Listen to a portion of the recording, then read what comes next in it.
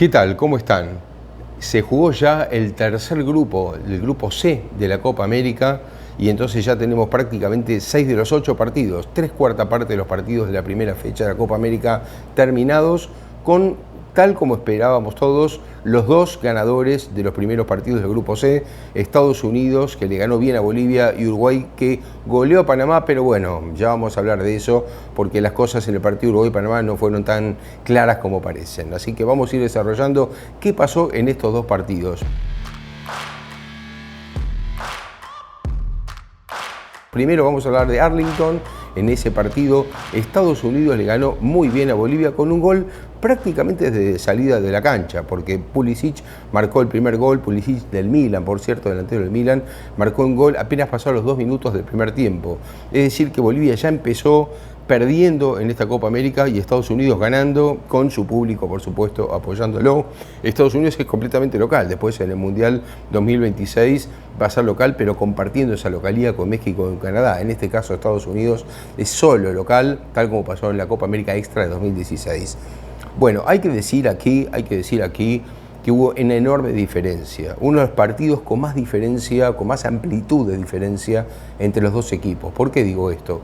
Porque Estados Unidos tiene hoy por hoy, no digo un gran plantel, pero sí jugadores de mucha experiencia, sí jugadores que participan en las principales ligas europeas. Dijimos Pulisic, bueno, estamos hablando de McKennie, que también juega en la Juventus o que jugó en la Juventus. Estamos hablando de Timothy Weah, el hijo del gran George Weah, el liberiano que fue presidente del país.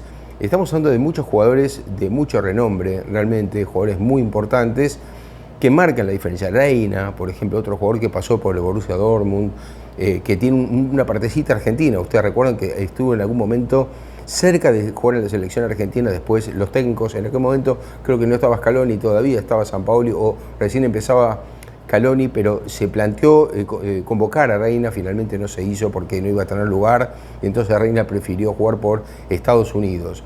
Pero bueno, tiene una cantidad de jugadores Estados Unidos, lógicamente, que hoy por hoy marcan una diferencia contra un equipo boliviano que está en la situación totalmente inversa. ¿Por qué digo esto?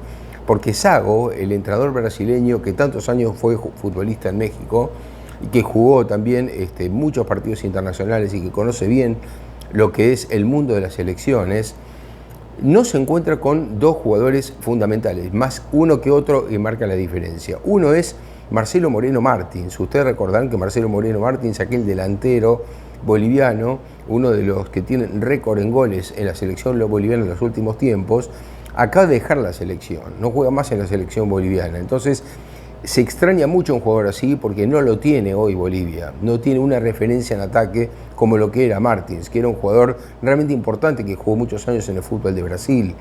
Bueno, no tiene reemplazo. Y así como él, uno pensaba que Lampe, el arquero veterano, que también de 1000 batallas, que jugó en el fútbol argentino, tampoco iba a tener reemplazo, pero sí que Vizcarra, el Guillermo Vizcarra, el arquero que reemplazó a Lampe, al menos por este partido frente a los Estados Unidos, sí que demostró tener realmente notables condiciones y tapó varios goles. Yo les diría que si no fuera por Vizcarra, Estados Unidos habría ganado por una diferencia muchísimo mayor a la que ganó. Finalmente, en el segundo tiempo, el técnico optó por poner a Ricardo Pepi. Pepi es un brasileño norteamericano que, le quería dar lugar porque en el primer tiempo había marcado Balogun a los 43 minutos del primer tiempo, con el 2-0 ya se fueron al descanso, y después entonces el técnico optó por cambiar a Balogun por Pepi para darle un poco de lugar a este brasileño norteamericano que realmente tiene muy buenas condiciones. Bueno, les cuento, fue un show de goles perdidos por Pepi, muchos de ellos con remates muy cerca del arco, muchos otros tapados por Vizcarra, como les decía, pero hay una enorme diferencia en el andar, que tiene que ver con una muy buena dinámica de una selección que lentamente se va aceitando en sus movimientos, en su juego, que tiene bastante confianza en su juego y juega bastante mejor de lo que juega en otro tiempo. Y por otro lado, una selección muy menor en Sudamérica, como es la boliviana. Yo creo que hoy Bolivia está pasando por un muy mal momento, muy lejos. Ustedes se acuerdan, parece mentira, porque Bolivia participó en el Mundial del 94 con Javier Ascargorta como entrenador, con el Vasco, entrenador en aquel momento de Bolivia, con una generación, no diría irrepetible, pero muy difícil hoy o por hoy pensar en algo así, con el Diablo Echeverri, con Edwin Platini Sánchez y con otros jugadores que, claro, hoy por hoy esos jugadores no están y se nota mucho la diferencia. Algo que yo no entiendo que hizo Zago en este partido fue hacer entrar a Vaca, al joven Vaca, en el segundo tiempo, ya casi cerca del final. De acuerdo a lo que uno ve por antecedentes o por lo que hizo Vaca incluso en el partido, yo no entiendo muy bien por qué Vaca no entró desde el principio, porque me parece que todos los jugadores que estaban eran mucho menos que Vaca, mucho menos. Pero bueno, habrá alguna cuestión física que no conocemos, pero por lo menos desde lo futbolístico eso no se explica. Lo cierto es que Estados Unidos le ganó muy bien a Bolivia, con mucha diferencia en un grupo que a priori se decía que los dos clasificados iban a ser con bastante claridad Estados Unidos y Uruguay, y va camino a hacerlo con una sola fecha de 3 jugadas.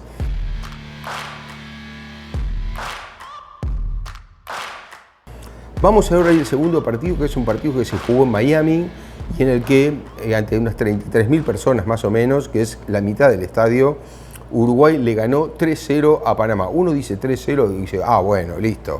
Uruguay le ganó, lo pasó por arriba. Bueno, no fue para nada así. Muy digno lo de Panamá, con Carrasquilla como gran figura. Yo diría que Carrasquilla, el volante central de Panamá, que ya venía destacándose en los torneos como Copa de Oro y otros torneos de Norte y Centroamérica, ha sido la figura del partido. Dice 3-0 ganó Uruguay, la figura fue Carrasquilla. Sí, el Coco Carrasquilla, un jugador de un gran trajín, pero de muy buena técnica, de buena dinámica, de muy buen pie, ha sido el mejor jugador del partido por lejos, un gran jugador que, claro, no tiene la compañía que debería tener. Panamá es un equipo bien trabajado, con jugadores que hacen un gran esfuerzo, y tratan de tener buena técnica, es decir, no solamente que corren, a diferencia de Jamaica, que tiene un despliegue físico mayor.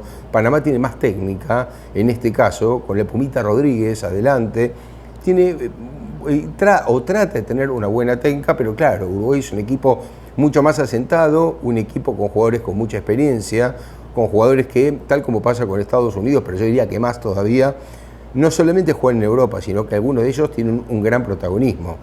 Por ejemplo, Darwin Núñez, el autor del segundo gol, ahora vamos a hablar de eso, es un jugador titular en el Liverpool. Bueno, eso es un jugador de un peso indudable.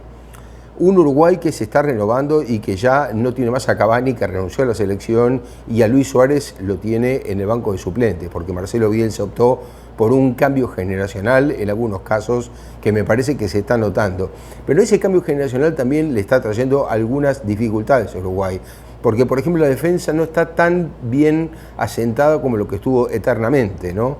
Como son las defensas firmes de Uruguay, que uno siempre tiene, cuando memoriza o cuando recuerda, siempre aparecen esos jugadores importantes, esos caudillos atrás, desde Lugano hasta Godín, hasta los jugadores como hoy, como Josema Jiménez, o como Araujo ahora también. Sin embargo, Uruguay por momentos trastabilló frente a Panamá, no hizo un partido perfecto ni mucho menos, pero claro, apenas pasados los 10 minutos, Maxi Araujo, un jugador que hasta el momento parecía raro que fuera titular, dejando afuera a un Cavani o a un Luis Suárez. Pero Maxi Araujo es un muy buen delantero, presten ustedes atención a este jugador, ya lo dijimos en su momento en la clasificación mundialista, en el partido contra Argentina y en otros más que jugó Maxi Araujo, como contra Brasil, por ejemplo. Por eso, un muy buen jugador de fútbol que sacó un remate cruzado arriba, casi al ángulo, un golazo realmente de media distancia. Con ese gol Uruguay sacó una ventaja que parecía que le iba a tranquilizar durante el partido, pero no fue así. Un equipo uruguayo que por momentos no dio mucho en la tecla, el primer tiempo no jugó muy bien, y además me parece que el 4-3-3 lo perjudica un poco, ese esquema que Bielsa parece tener demasiado fijo, con Pelistri jugando allí adelante, con Maxi Araujo y con Darwin Núñez, dejando la mitad de la cancha, no digo desprotegida, porque Nández, que es lateral derecho en este equipo, pasa a ser un 8 a veces, que pasa a ser el cuarto volante y queda con 3 atrás. Pero de cualquier forma me parece que a Uruguay le falta desplegar un poco más en total de la cancha los jugadores, y no tanto esquematizarse como parece que lo hace, ¿no? Bueno, les decía, 1-0 terminó el primer tiempo, cuando parecía que todo indicaba que con un gol tempranero Uruguay podía ampliar la diferencia, no lo hizo. Y en los primeros 25 minutos del segundo tiempo fue un dominio casi total de Panamá. Una cosa muy rara, un qué de Uruguay que mucha gente, me comentaban también, periodistas amigos, que decían que fue lo peor del ciclo de Bielsa en Uruguay. Los primeros 25 del segundo tiempo. Realmente extraño porque Panamá adelantó sus líneas, dominó el partido, no pudo concretar, no generó realmente mucho peligro, los remates muy desviados, pero tuvo mucha la pelota con lo que decía antes, con el líder, ¿no? Carrasquilla, que me parece un gran jugador y que fue un poco el que empujó el equipo para adelante. No concretó en esos 25, Uruguay fue equilibrando el partido y seguía 1-0 hasta el final, faltando 5 minutos para terminar. Ahí es que Darwin Núñez conecta un rebote de manera espectacular, colocando, ustedes si tratan de ver ese gol en YouTube o donde puedan, porque cómo acomoda el cuerpo para sacar ese remate Núñez es lo más importante, de ahí la técnica, de ahí se trata de un jugador tan importante como es Darwin Núñez, que en esas jugadas marca la gran diferencia, más allá de que se había perdido varios goles.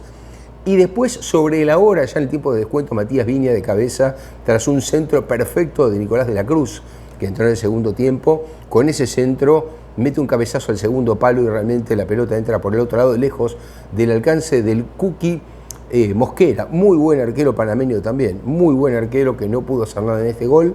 Y con esto Uruguay sella un 3-0 en su primera presentación, con 2 goles en los últimos 5 o 6 minutos. Es decir, Uruguay ganaba 1-0 en 85 minutos y sufriendo los primeros 25 del segundo tiempo y después terminando 3-0 por estos 2 goles, uno que conecta a Núñez con una volea y el otro un gran cabezazo de Matías Viña, que por cierto es un muy buen lateral. Así que Uruguay se va con un resultado que es hermoso, porque lo único malo que tuvo es que sobre la hora vino el descuento de Panamá, pero más allá de eso, marcar 3-1, marcar 3 goles en el principio, claro, que te marquen la última jugada del partido del 3-1 deja con cierta mínima amargura, pero realmente es un buen debut, bastante convincente y creo que más allá de este gol Uruguay no va a tener problemas en el grupo, no parece tener problemas. ¿Por qué? Porque a Uruguay todavía le falta Bolivia. Es cierto que además tiene que jugar con Estados Unidos, que es un partido en el que podría perder puntos, podría ser por ejemplo un empate, no digo que vaya a ocurrir porque no me gusta anticipar, pero digo que son equipos que podrían equilibrarse. Pero claro, a Estados Unidos le falta Panamá, que es más difícil que Bolivia, y a Uruguay le falta Bolivia, que para mí es más accesible todavía que Panamá, porque esta Bolivia de hoy no es una Bolivia para dar batalla. Es un equipo que está para aguantar de no perder por muchos goles. Realmente creo que así como está Bolivia hoy, si no aparece algún jugador que lo salve o no lo ponen a vaca desde el principio, no tiene futuro. Así que bueno, un grupo que en una sola fecha parece tener las cosas bastante definidas. Espero que les haya gustado este video. Le pido como siempre que pongan me gusta acá abajo, que lo compartan y no olviden de suscribirse. Hasta la próxima.